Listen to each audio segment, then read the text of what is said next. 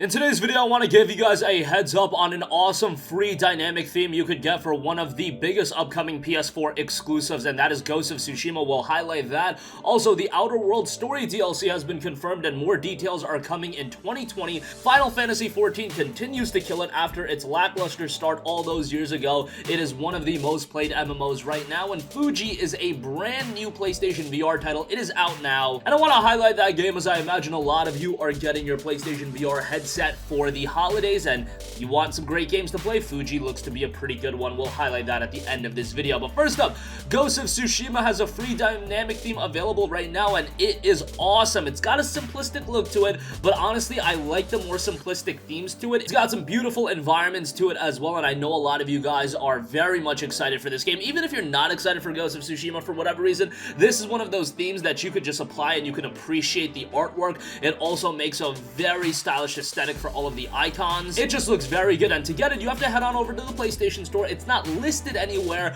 but there are region specific codes that you redeem on the PlayStation Store. So in the Americas it's BEFBAMNRR4F6. I'll leave a link to Sucker Punch's Twitter account where they have everything listed out so you can easily copy and paste that way. You can do it straight from your PlayStation 4 console, or you could do it online. Probably better to just do it online so you can copy and paste, so that's not a big deal. Very nice of Sucker Punch to give away a slick theme like this, which they could definitely sell and make some money off of, or they could offer it as a Ghost of Tsushima pre-order bonus. However, here they're just giving it away free for the holidays. Now, do be noteful of the fact that this will expire January 31st, 2020, so be on this as soon as possible. You've only got a month and change to take advantage of this, so I would highly recommend you, as soon as you're watching this video, go on, open another tab, or turn on your PS4 and get going that way, because again, it is expiring January 31st. Alright, moving on from that, the Outer Worlds has been one of the best PlayStation 4 RPGs of the year, maybe the best, I don't know. I really have to sit down and take a look at all of the RPGs that came out this year, but Outer Worlds was a good one from Obsidian, and if you enjoyed the game, you have a lot of reason to be excited. The highly rated RPG is getting story DLC in 2020, developer Obsidian Entertainment has revealed in an end-of-the-year blog post. DLC for the game has been long rumored, but we haven't had concrete information until now. The aforementioned blog post reads, quote, "To all of those who voted for us in the Game Awards, you are all fantastic and we are so grateful for your support. The reception to the Outer World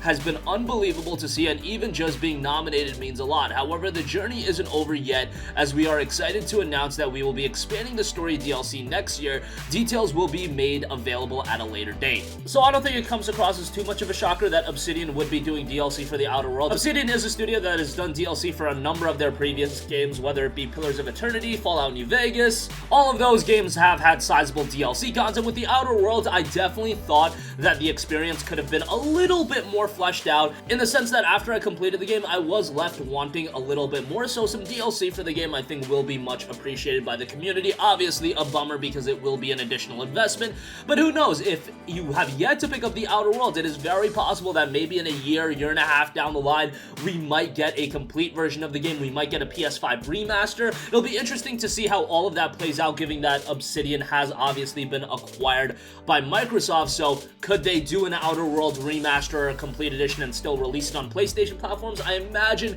that Microsoft would ultimately be okay with that, because Private Division was the publisher of this game. Microsoft wasn't really involved with this, so I don't think that would be a big deal. I mean, Microsoft and Obsidian's partnership is already fully underway, and Obsidian is still allowed to release Pillars of Eternity 2 on the PlayStation 4, so I imagine that this would be something similar if the game was remastered or upgraded for a PS5 version with a complete edition or whatever the case may be. But as far as the DLC goes, that will absolutely be coming to PlayStation 4 sometime in 2020, and that is story-based DLC as well. Alright, moving on from that, Final Fantasy XIV has been one of the most remarkable games of the last decade or so, and now we have a huge milestone for the game as announced by Square Enix. The popular MMORPG has now passed 18 million registered players. The announcement was made directly by the publisher's chief executive officer, Yosuke Matsuda, at the beginning of a celebration live stream, and it's worth mentioning that this counts every account ever created for the game, and it's not just, active subscribed players. That would be absolutely crazy if they had 18 million active subscribed players. I'm not well versed on World of Warcraft's numbers right now, but I'm sure World of Warcraft is far off from an 18 million active subscription number. Yes, they spike whenever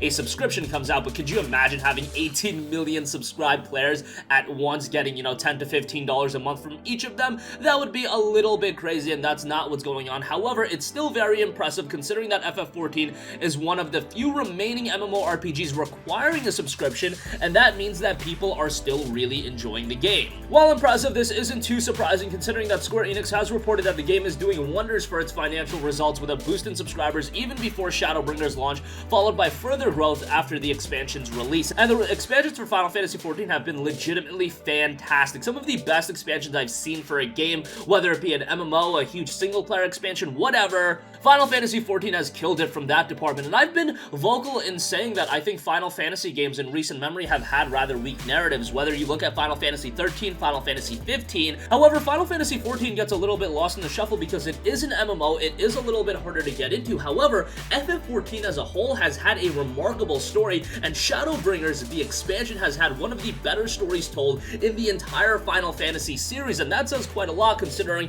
I'm putting it up there with games like FF7, FF9, FF4, whatever the case may be. Final Fantasy XIV, Shadowbringers in particular, does rank highly among them. Now, Shadowbringers is, of course, an expansion that's later in the game. The initial portion of FF14 I do think is engaging, however, it's not quite as great as some of the expansion content. However, that is what we typically expect out of an MMORPG. The expansion should be making the story more and more engaging. However, in the case of FF14, Heaven's Ward was excellent, Stormblood was great, and Shadowbringers has been arguably the best expansion of the year. I believe it's one of the highest rated games on Metacritic this year. Yeah, FF14 just doesn't get that kind of credit because it is an MMO. You do require a monthly subscription, but man, if you want a quality MMORPG, if you want a quality multiplayer game, or you just want a quality RPG because you can play the game solo, I wouldn't really recommend that because you're not getting the most out of the game, but the community is really strong as well, and that just enhances the overall experience. Final Fantasy XIV Shadowbringers is just a great time, and I would highly recommend anyone to get into it,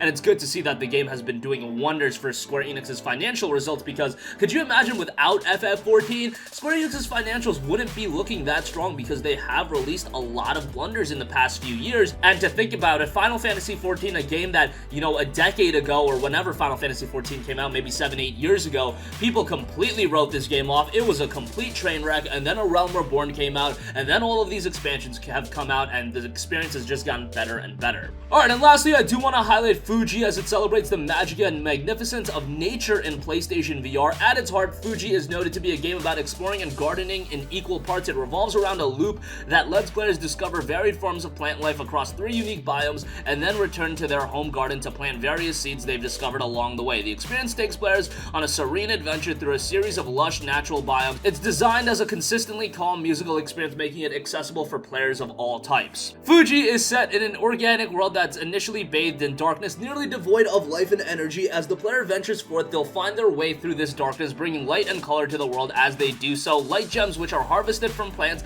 allow the user to progress through and explore its 3 unique biomes. The game is stunning in its visual design, and I imagine that it would translate very well into PlayStation VR as well. A very budget price game as well at $14.99, so if you are looking for cheaper games on PlayStation VR, Fujii probably won't be absolutely content-filled. However, it does look to be a pretty exciting game, especially from a visual sense. It looks excellent in that regard, and it is more of a chill game. It's not a game that's going to have your high-octane action or anything like that, but if you want a game to just relax over your holiday break, Fujii is that kind of game. And that's going to conclude this video. Again, get an awesome Ghost of Tsushima PS4 dynamic theme right now on the PlayStation Store using the codes that we will leave in the description box below, posted directly on Sucker Punch's Twitter account, so take advantage of that. The Outer Worlds is getting story DLC, and that will be coming in 2020, and more details will follow soon enough. Final Fantasy XIV is killing it, and it has passed 18 million registered players. Exactly how many people are subscribed, we don't have an exact number right now, but as soon as I hear that, I will let you guys know. And Fujii is a brand new PlayStation VR game. It's already out, just $14.99. Visually, it's stunning, and it's got a great art style as well, so check that out. That's going to conclude this video. Sound off with all of your thoughts in the comment section down below. Thank you for watching, and goodbye.